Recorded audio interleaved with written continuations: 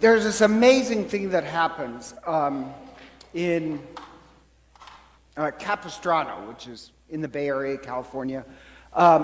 These early settlers noticed that around the feast of St. Joseph, the swallows, all these birds, would leave Capistrano and then later in the year return.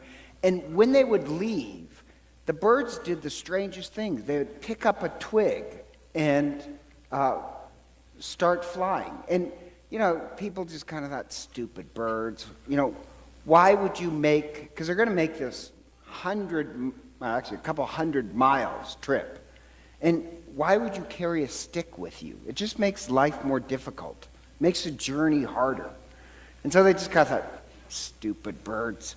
And then they noticed that, fishermen noticed that what the birds would do, they would carry the stick, but when they got tired, they would drop the stick in the ocean and the stick would float and they would land on the stick. And then when they're rested, they would fly off and they would pick up the stick and fly again.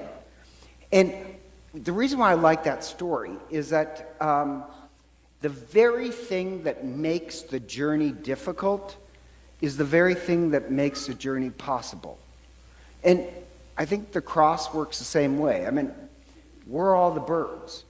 And even Christ said, you have to pick up your cross and follow him. The very thing that makes life difficult is what makes it possible. And the journey we're taking is really, yes, we're moving towards Easter.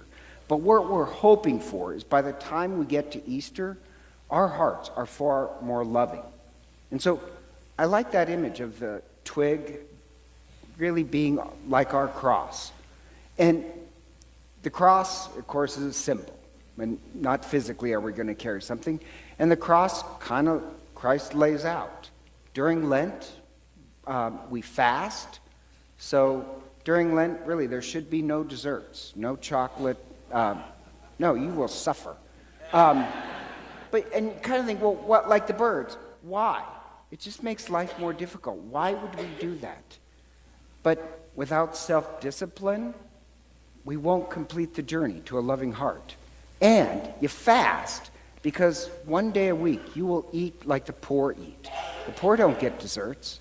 One day a week we fast because it makes us compassionate. We're supposed to give alms. And just FYI, I think this is amazing.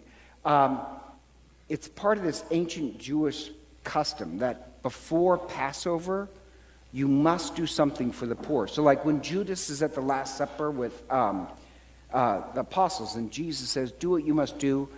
And the rest of the apostles are thinking, oh, he took money to go give some to the poor, because the ancient custom is before Passover, and that for us is Easter, you do something for the poor. And like, I think you should do something.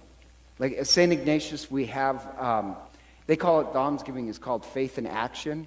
And each class of the younger grades are all doing something, but of the older grades, they have to pick one project. And then on, I forget when it is, March 23rd, they're going to have a contest. But I love the idea that they get to think of their own, but you have to do something to make the world a better place. And care for other people. It makes us compassionate. It makes life harder for us, but it makes the journey possible. And you're supposed to pray more during Lent. And the whole effect is hopefully that what we're really going to rend, what we're going to change, is our hearts.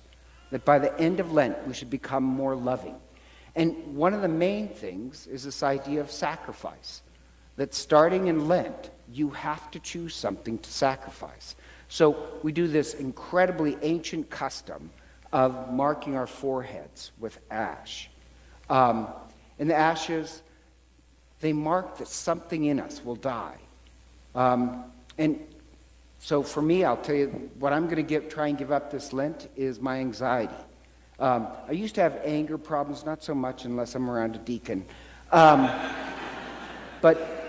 really what's become my big problem now is I have huge anxiety issues. And I think it's partly due to cowardice and partly due to lack of trust. But regardless, that weed I've got to pull out of my heart.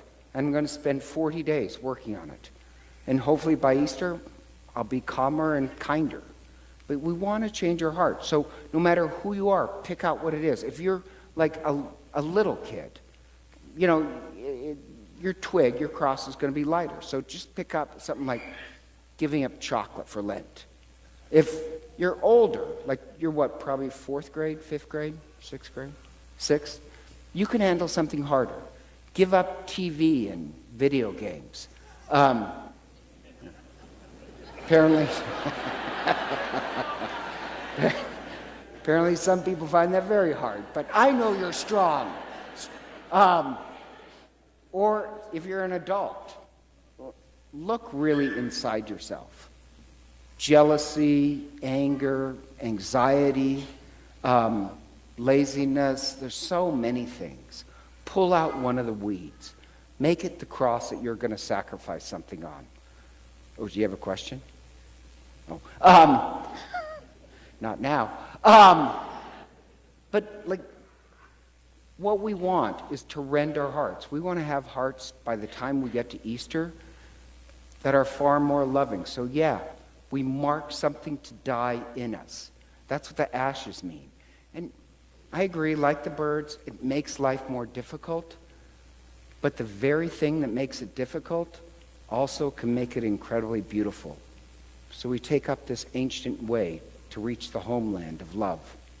So together,